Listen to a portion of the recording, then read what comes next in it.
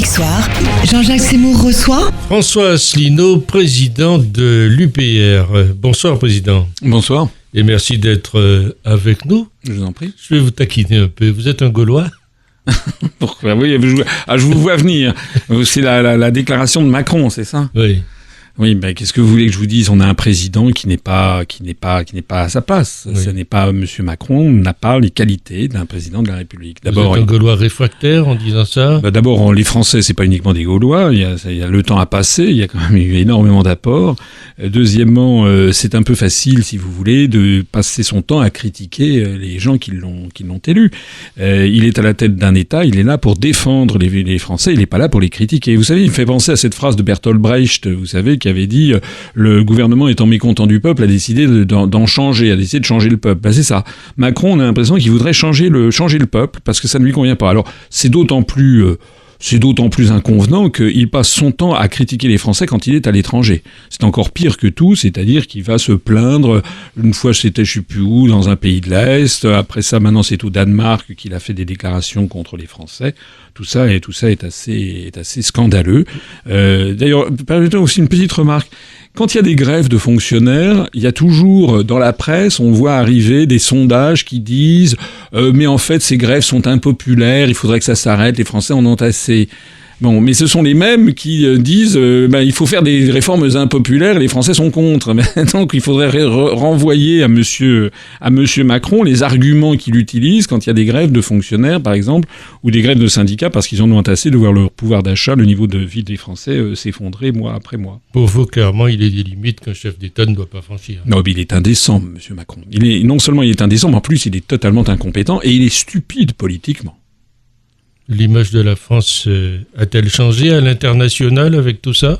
Mais on a cultivé dans l'esprit public l'idée que Emmanuel Macron serait quelqu'un d'extraordinaire au niveau international. Moi, depuis son élection, j'ai passé mon temps à montrer le nombre d'erreurs diplomatiques énormes qu'il a faites en se mettant à dos. Vous vous rappelez quand il avait osé ricaner sur les Comoriens qui meurent, vous savez, parce qu'ils essaient de passer à Mayotte, quand il avait parlé de péché du Comorien, quand il s'était moqué au Burkina Faso du président Roch Kaboré en disant tiens, il est allé réparer la climatisation, quand il s'était mis à dos la première ministre de Pologne, puisqu'il avait critiqué la Pologne depuis la Bulgarie, c'est son truc, c'est de critiquer comme ça les autres à l'étranger.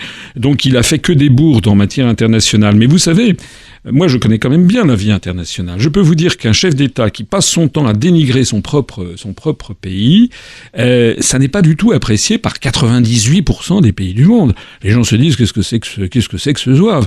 Est-ce que vous imaginez par exemple le président des États-Unis qui viendrait en France en disant vous savez les Américains sont des nullards, ou bien le premier ministre israélien disant mais vous savez en fait les Israéliens ça va pas du tout, on est nuls, regardez comment on traite les gens à Gaza, ou bien est-ce que vous imaginez le Chinois qui dirait non le peuple chinois est un peuple qui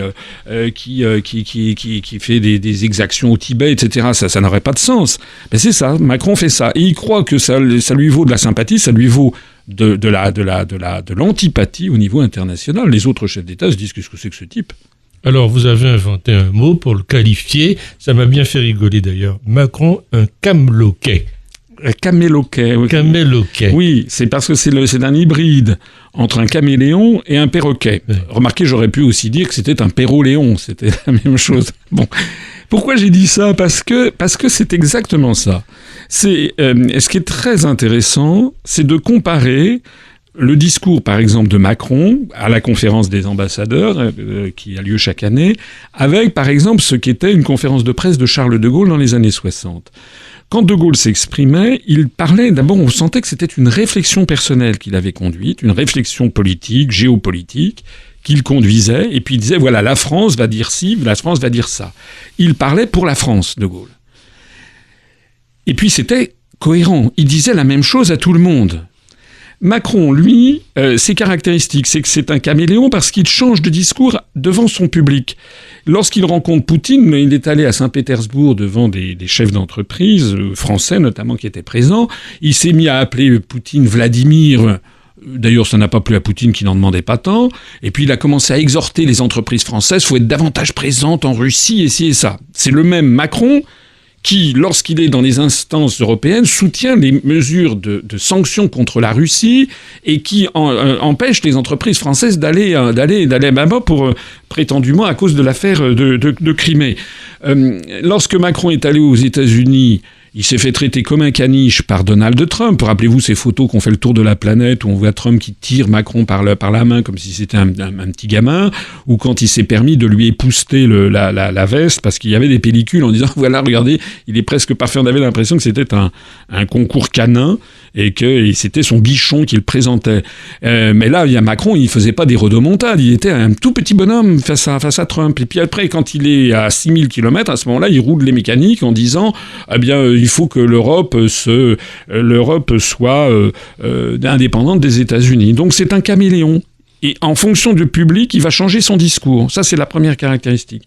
La deuxième caractéristique, c'est que c'est un perroquet, parce qu'à chaque fois, il ressasse les mêmes trucs. Il ressasse le même discours, année après année. On l'a vu pour la conférence des ambassadeurs. Vous voulez dire qu'il n'y a pas de réflexion personnelle derrière tout ça? Non, il n'y a aucune réflexion. Et on a l'impression qu'il ne tire aucune conséquence des échecs qu'il a... Par exemple, au moment de l'année dernière, il y avait eu une conférence des ambassadeurs. Il avait déjà parlé de l'Europe de la défense. Ensuite, il avait fait un discours à grand spectacle à la Sorbonne, où il avait parlé... Voilà. Alors, au passage, d'ailleurs, il se permet aussi un autre truc, c'est qu'il se permet de parler pour les autres. C'était quelqu'un qui lance des idées, il dit qu'il faut que l'Europe fasse ci, que l'Europe fasse ça. Ça lui a valu une volée de bois vert, j'en parlais tout à l'heure avec la première ministre de Pologne, qui avait dit, mais écoutez, la France, c'est un pays sur 28. Et la Pologne a tout autant le droit de parler que la France. Donc Macron passe son temps à stipuler pour autrui. Il parle pour les autres, il dit voilà, on va faire ci, on va faire ça. Mais les autres ne sont pas d'accord. Alors, c'était le discours qu'il avait lancé à la Sorbonne. Quand vous le relisez avec un an de recul, il y a de quoi se taper sur les cuisses de rire, où il avait parlé justement, là, l'Europe, une réforme de la zone euro, une Europe de la défense. Et puis, il s'était passé quelque chose. Je crois que c'était le 15 février de cette année, il y a eu une réunion de l'OTAN au niveau des ministres de la Défense, avec Jim Mattis, qui était le secrétaire à la Défense américain, et le communiqué qui a été publié de cette affaire, ça a été que la défense commune dans le cadre de l'OTAN doit être faite dans le cadre de l'OTAN et de l'OTAN seule. Et ça a été avalisé par les pays membres de l'Union européenne. Et je rappelle que il y a un article qui est l'article 42 du traité de l'Union européenne qui place la défense de l'Union européenne sous la tutelle de l'OTAN. D'ailleurs, on m'a brocardé pendant la présidentielle parce que je citais les articles. J'ai vu d'ailleurs que Macron, lors de la conférence des ambassadeurs, a cité justement cet article 42. Alors, le ministre de la Transition écologique, M. Hulot, a donné sa démission en dénonçant les résistances au changement du modèle énergétique de la France et surtout le poids des lobbies. Qu'est-ce que vous inspire cette démission-là? Que vous aviez prévu d'ailleurs depuis 2017, si je me souviens. Oui, absolument, le 17 mai 2017, juste à la nomination de M. Hulot. De Hulot, j'avais dit voilà ce qui va se passer. Mais écoutez, vous savez, je vais résumer les choses pour que les auditeurs comprennent d'une façon un petit peu imagée. C'est un petit peu comme si vous aviez un fabricant de cigarettes qui avait embauché un type qui était spécialiste de la lutte contre le cancer. Et que le fabricant de cigarettes se dise « je vais lutter contre le cancer ». C'est contradictoire dans les termes, puisque tout le monde sait, hélas, que si vous fumez 2 paquets de cigarettes par jour, vous avez une probabilité de développer un cancer du poumon qui est, 50 fois supérieure à la moyenne des gens qui ne fument pas. Donc là, c'est la même chose. Nous avons un gouvernement, nous avons des gouvernements qui se succèdent, qui ont placé la France en extorquant la volonté des Français avec des slogans, avec des choses comme ça, et qui ont placé la France dans l'Union européenne. D'ailleurs, quand je dis extorquer la volonté des Français, je le dis d'autant plus que, rappelez-vous que les Français ont voté non en 2005, parce qu'on n'en a tenu aucun compte au référendum de 2005. Et donc, la France est placée dans des traités qui sont des traités ultra-libéraux, qui nous poussent en permanence à délocaliser les entreprises à l'autre bout du monde, en Chine, qui nous pousse à faire tout fabriquer à 15 000 km, ce qui provoque, par exemple, une noria de transport aérien, de transport par voie navigable, qui fait fabriquer dans des pays comme la Chine ou comme l'Inde, des pays qui n'ont aucune norme environnementale, etc. On a donc un modèle économique qui est un modèle ultra-libéral. Et embaucher M. Hulot là-dedans, si vous voulez, c'est comme si on embauchait un spécialiste de la lutte contre le cancer, comme je vous le dis, chez un fabricant de cigarettes. C'est-à-dire que qu'est-ce qu'il peut faire lorsqu'il est dans un univers où tout pousse à la dégradation de l'environnement, y compris d'ailleurs l'utilisation des engrais, le glyphosate, etc. Tout ça, c'est l'Union européenne qui nous l'impose. Donc, M. Hulot, il est arrivé là-dedans, si vous voulez, alors il y a deux variantes. Hein. Vous avez certains qui le créditent d'une certaine sincérité. C'est vrai que lorsqu'il a démissionné, il avait l'air ému quand il a démissionné en direct. D'ailleurs, on voit qu'il a dû avaler des couleuvres à un tel point qu'il pourrait ouvrir certainement un muséum d'histoire naturelle, parce que il a même pas prévenu le président de la République et le Premier ministre. Ça veut donc dire qu'il avait quand même des griefs à leur encontre. Et puis il y a une autre variante, il y a d'autres observateurs qui disent qu'en fait c'est un gros hypocrite parce que il roule en 4x4, parce que c'est un chef d'entreprise, etc. Quelle que soit la qualité de l'homme, je pense qu'il avait voulu faire il a essayé de faire quelque chose. Et puis il s'est rendu compte de quoi ? Mais il s'est rendu compte qu'on a des chefs d'État qui n'ont plus les manettes, que le modèle ultralibéral pousse à la dégradation accélérée de la planète, et que ces chefs d'État, ils essayent de faire de la com. Vous savez, Hulot, c'est depuis Jacques Chirac qu'il y a les présidents ont essayé de l'embaucher. Il y a eu Jacques Chirac, après ça vous avez eu Nicolas Sarkozy, après ça vous avez eu François Hollande, et finalement celui qui a décroché la timbale, vous savez, comme dans les manèges pour les enfants, là, c'est finalement, c'est Macron. Et je me rappelle au moment de sa nomination, tout le monde disait, oui, c'est génial, Macron y est arrivé, c'est formidable, le nouveau monde, voilà. Résultat des courses, au bout de 15 mois, il tire sa révérence, il se rend compte que ça n'est pas possible. Ce que je lui reproche, moi, à Hulot, fondamentalement, aujourd'hui, on ne passe pas du passé, c'est que maintenant, il devrait dire que c'est notre appartenance à l'Union européenne le problème numéro 1. Ce sont les traités européens le problème numéro 1.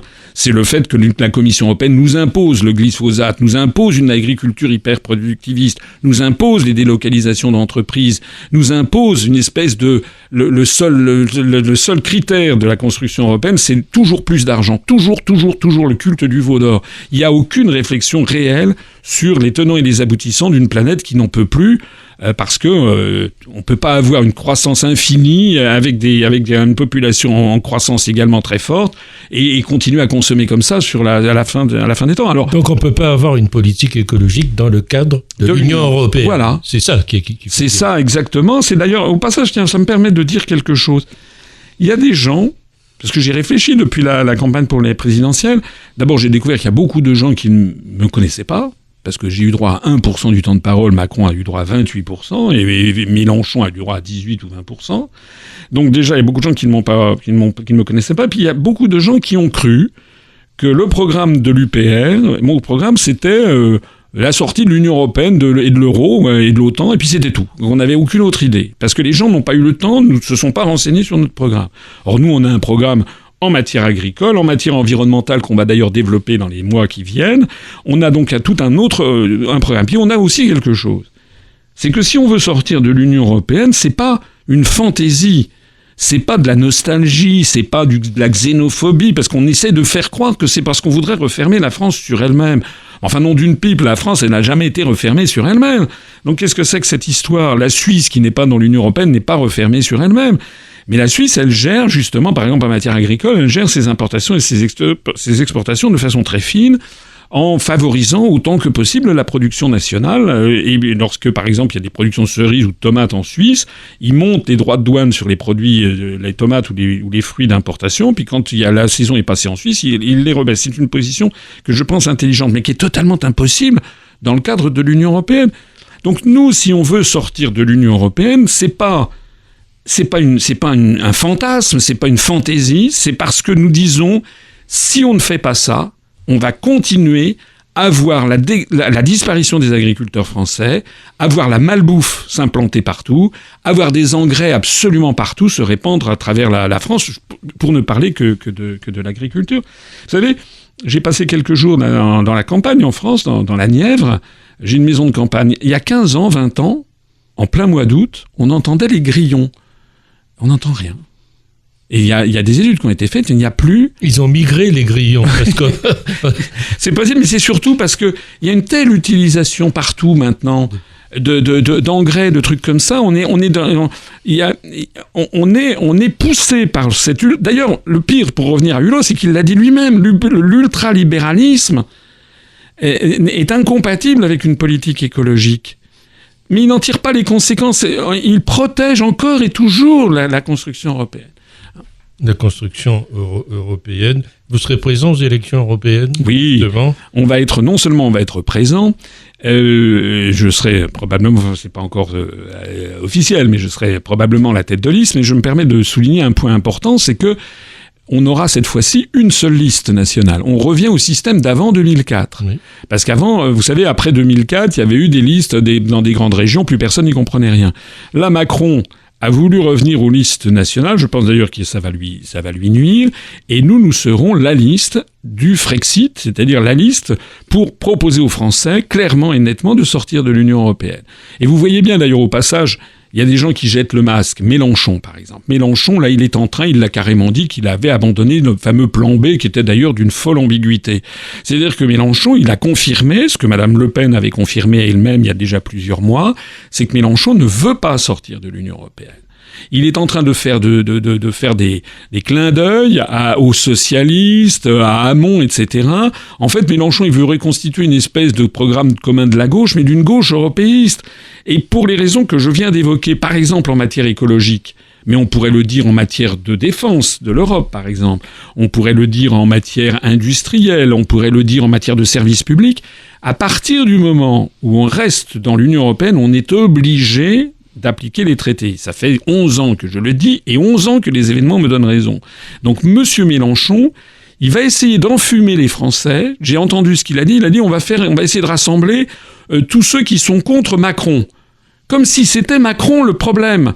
Je dis pas que Macron n'est pas un problème, il est incompétent, mais Macron, ça n'est jamais que un exécutant d'une politique qui est déterminée par d'autres. Nous, on s'attaque à la politique, on s'attaque pas aux exécutants. Vous savez, il y a un proverbe chinois qui dit lorsque le sage montre la lune, l'imbécile regarde le doigt. Eh bien moi je dis lorsqu'Asselineau montre les traités européens, Mélenchon regarde Macron. Voilà. Justement, Emmanuel Macron, est-ce l'ultime et en définitive la seule option possible? C'est ce qu'il dit lui-même après la rencontre qu'il y a eu entre Salvini et Orban. Alors, ce qui se passe entre Salvini et Orban est très important, parce que ça veut dire qu'il est en train d'apparaître des conflits énormes au sein des pays de l'Union européenne. J'ai vu d'ailleurs que M. Salvini, qui a pris des positions que vous savez, refus de tous nouveaux immigrants, ce que l'on peut d'ailleurs comprendre. Quand l'Italie a recueilli 700 000 migrants, je crois, au cours de en 2017 ou 2016, on peut comprendre que, d'ailleurs, c'est pas Salvini, c'est le peuple italien qui dit stop. D'ailleurs, au passage, tous les peuples du monde diraient stop dans ce genre de situation, y compris d'ailleurs les pays émetteurs. Hein, parce que c'est intéressant de regarder les politiques migratoires de l'Algérie vis-à-vis des pays du Sud. Ça, ce sont des sujets sur lesquels dont on ne parle pas. Mais ce qui est intéressant, c'est qu'il s'est trouvé en communauté de pensée avec Orban, le Premier ministre hongrois, et j'ai vu ça, c'était hier ou avant-hier. Il y a un ancien, je crois, président du Conseil italien ou ministre italien, je ne sais plus quoi, donc ou responsable du Parti démocrate, donc qui était le parti avant les élections qui était au pouvoir en Italie, et qui a dit, et tenez-vous bien, il a dit Salvini et le gouvernement italien actuel, ils pactisent avec nos ennemis. Et les ennemis, c'était Orban, le Premier ministre hongrois. Alors moi, les bras m'en sont tombés. J'avais cru comprendre qu'on était tous copains au sein de l'Union européenne. J'avais cru comprendre que c'était un club formidable, une solidarité extraordinaire. Maintenant, on a des gens qui parlent de la Pologne, de la Hongrie, comme étant des ennemis. Alors, ce qui est vrai, c'est qu'il est en train de se dessiner un vent un peu mauvais en ce moment en Union européenne. C'est que, à force de mettre les peuples dans des situations impossibles, on est en train d'exacerber les tensions, et malheureusement, ces tensions risquent de se tourner un peu vers des boucs émissaires, c'est-à-dire justement c'est ce qui s'est passé, vous avez vu les émeutes à Chemnitz en Allemagne, et ça n'est pas bon. Nous ne voulons pas de boucs émissaires. Sur la question des problèmes migratoires, on voudrait surtout déjà, nous, qu'on examine quelles sont ces ONG qui favorisent ces transferts. J'ai vu que le gouvernement grec qui est le gouvernement d'ultra-gauche de Tsipras. On ne peut pas dire que c'est un gouvernement d'extrême droite. En Grèce, il y a une ONG qui vient d'être mise en examen et inculpée pour, association criminelle et trafic pour faire venir de la main-d'œuvre illicite. On sait de plus en plus que derrière tout ça, il y a des affaires comme l'Open Society de George Soros qui finance.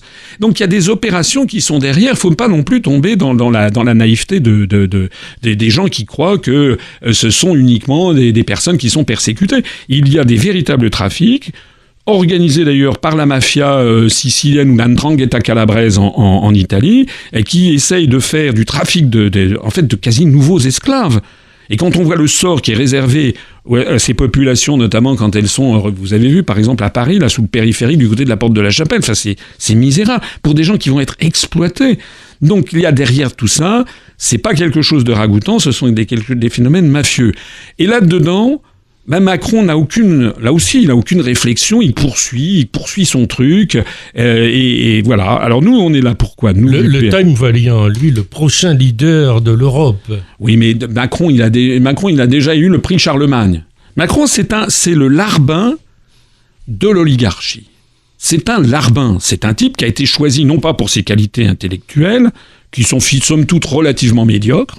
C'est pas un type super intelligent. Il a fait tellement de bourdes en matière internationale, j'en parlais tout à l'heure, mais en matière de politique.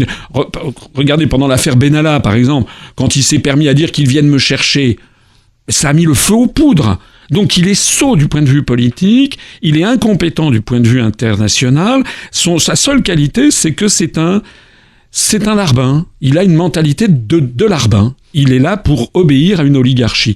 Et donc, effectivement, c'est normal que vous ayez les grandes orgues, des gens qui tiennent les très grands médias internationaux, qui disent, voilà, il est formidable, c'est le sauveur de l'Europe. Mais rien, tout le monde s'en fiche de Macron. C'est pas Macron qui est en train en ce moment, ce qui est en train de se passer, c'est effectivement que la construction européenne est en train de se désintégrer. Retour en France, pour un sujet que vous connaissez bien. Il y a une espèce d'ambiguïté. Plus personne n'y comprend. Il y a un jour, on nous dit, il y aura le 1er janvier le prélèvement à la source. Après, on nous dit non, ça sera encore retardé, etc.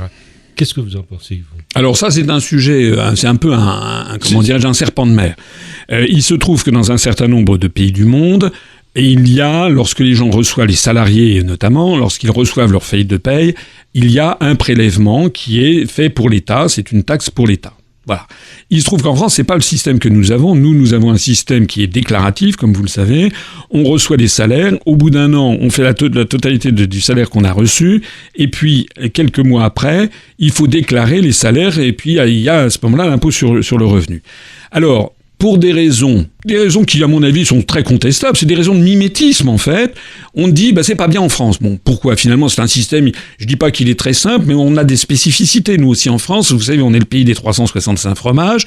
Donc, il y a plein de niches fiscales. Par exemple, il y a des aides à l'outre-mer. Il y a des aides aux monuments historiques. Il y a les aides si vous avez une aide ménagère, si vous avez des enfants. Donc, c'est assez compliqué en France parce que c'est la sédimentation de lois fiscales depuis des décennies où on a essayé de répondre aux problèmes qui se posaient. Alors, il y a toujours le rêve du grand soir fiscal, on va tout simplifier, etc.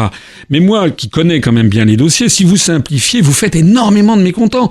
Par exemple, les investissements outre-mer, s'il n'y a plus d'investissements outre-mer, par exemple, les investissements pour sauver les monuments historiques, qu'est-ce qu'on fait s'il n'y a plus pour sauver les monuments historiques? Et puis, d'un seul coup, s'il n'y a plus les demi-parts pour les enfants et qu'on voit la natalité s'effondrer, ou s'il n'y a plus de parts pour les aides ménagères et qu'on voit qu'il y a d'un seul coup, les gens n'embauchent plus d'aides ménagères. Donc tout ça, ça répond à des sujets. Alors, le gouvernement a voulu, là aussi, faire tout à la fois, et donc s'est dit, on va faire ce dont on parle depuis des décennies, qui est le prélèvement à la source. Sauf que c'est très compliqué, pour des raisons techniques, notamment, il y a un an de décalage, et puis parce que justement, il y a toutes ces spécificités que je viens de dire, ces exemptions. On a donc un système qui marche, et on se lance dans un système dont on ne sait pas si ça va marcher. Et le pire étant que ceci est fait, alors que Bercy, comme tous les autres ministères, est en pleine dégringolade. Dans la Direction générale des finances publiques, ils ont perdu 32 000 emplois depuis quelques années. Et M. Darmanin, le ministre du Budget, a annoncé un plan CAP 22 et qui consiste à supprimer encore des emplois. Donc comment voulez-vous qu'on ait un système qui est très compliqué, que depuis des années, tous les ministres qui avaient examiné ça en détail se sont dit c'est beaucoup trop dangereux de lancer ça. On va le lancer alors que les fonctionnaires de Bercy sont en sous-effectif croissant. Qu'est-ce que vous voulez ? Moi, je pense qu'on va vers un désastre. Il paraît d'ailleurs, les dernières nouvelles, c'est que Macron, qui quand même, il se rappelle qu'il a été inspecteur des finances, et il semble-t-il qu'il est quand même très inquiet lui-même. Moi, je sais qu'à Bercy, les gens sont très inquiets de ce qui va se passer. On risque d'avoir, puis de toute façon, on risque d'avoir aussi un autre phénomène, c'est que les gens, au lieu d'avoir, par exemple, quelqu'un qui gagnait, je ne sais pas, 2000 € net sur son salaire, il va avoir 2000 € moins peut-être, 180 €. Et donc, je suis pas sûr que ça va l'enchanter, même si c'est visuel, si c'est payé maintenant au lieu de payer plus tard, c'est pas sûr que d'un point de vue psychologique, ça va emballer les foules. Je pense qu'à mon avis, Macron, là aussi, il ferait bien d'arrêter les frais tout de suite. François Asselineau, vous poursuivez votre tour de France. Ce week-end, on va vous trouver à Lille. À Lille et à Maubeuge. Vous allez à la braderie. Oui, j'y étais allé l'année dernière. L'année dernière, il y avait d'ailleurs eu pas énormément de monde parce que c'était dans la suite des attentats. Donc là, il y aura du monde. Donc toutes les personnes qui m'écoutent peuvent venir. C'est stand de 17 des associations. Ils trouveront les détails sur notre site internet ou sur nos pages Facebook. Et puis, donc ça, je vais être pendant tout l'après-midi. Je ferai des dédicaces, il y aura la boutique, je parlerai avec les gens. Moi, j'aime bien parler avec les Français. C'est très, très intéressant. Les Français sont pas bêtes, hein. Ils comprennent l'atmosphère, elle est de plus en plus irrespirable. Et le lendemain, à Maubeuge, je serai au cinéma Au Ciné, qui est un grand cinéma de Maubeuge dans le centre-ville, pour faire une conférence qui s'appelle « Faut-il encore avoir confiance dans la politique ?» Vous ne nous donnez pas tout de suite la réponse. Merci François Asselineau d'avoir été avec nous. Merci.